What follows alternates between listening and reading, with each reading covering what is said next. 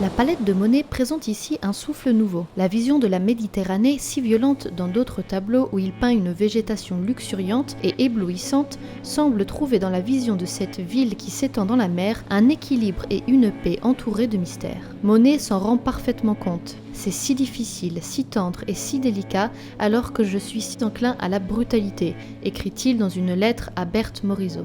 La silhouette indéfinie de la ville, plus évoquée que véritablement tracée, paraît flotter entre le bleu à peine ondulé de la mer et le ciel vaporeux. L'atmosphère est teintée d'un rose qui enveloppe de sa couleur apaisante et harmonieuse tout le paysage, la citadelle, les collines et même les rochers. L'artiste ressent si profondément cette harmonie qu'il écrit à Alice Ochédé, avec qui il partage désormais sa vie, que ses peintures sont la douceur même, blanc, rose, bleu, le tout enveloppé dans cet air de conte de fées.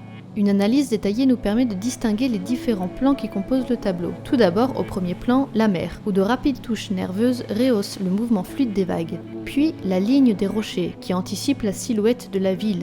Au fond, les Alpes blanchies par la neige, précédées des collines sombres. Et enfin, le ciel doré, où l'on perçoit le mouvement de l'air et des nuages striés, poussés par un vent d'altitude qui occupe quasi un tiers du tableau. La silhouette de la ville qui surgit sur un côté de la toile et se prolonge jusque vers le centre de la composition participe elle aussi au mouvement horizontal. Mais à ces lignes transversales s'oppose la verticalité des deux tours, l'une de la cathédrale et l'autre du château, qui semble vouloir vaincre orgueilleusement en hauteur les Alpes au fond du tableau. Cet élan vers le haut est provoqué par la technique de la contre-plongée, qui consiste à baisser la prise de vue d'en bas vers le haut, mais ici sans exagération. Il est intéressant de comparer le tableau de Monet avec celui d'Eugène Boudin exposé au musée des Beaux-Arts de Nice, qui propose le même sujet. Détail curieux, Boudin, peintre normand, un des initiateurs de l'impressionnisme, a beaucoup compté sur la formation artistique de Monet, l'invitant tout jeune encore à peindre en plein air. Pour représenter Antibes, les deux peintres s'installent tous les deux à Ponteuil, face à la ville, mais Boudin se différencie par l'adoption de l'axe à niveau. Il place donc les remparts au tout premier plan en direct devant le spectateur. Ils deviennent ainsi les vrais protagonistes du tableau, se détachant nettement du paysage par la forte opposition des couleurs. En définitive, l'impression globale créée par les deux différentes perspectives